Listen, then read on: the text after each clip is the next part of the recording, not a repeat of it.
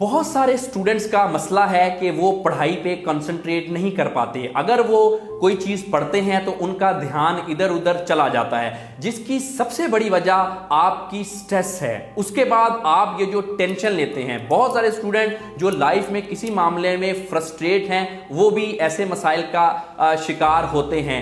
आपको चाहिए, अगर आपकी कंसंट्रेशन नहीं रहती तो आप सबसे पहले अपने माइंड को क्लियर कीजिए। अगर आपको कोई कॉम्प्लेक्स है तो उससे बर वक्त निकलिए।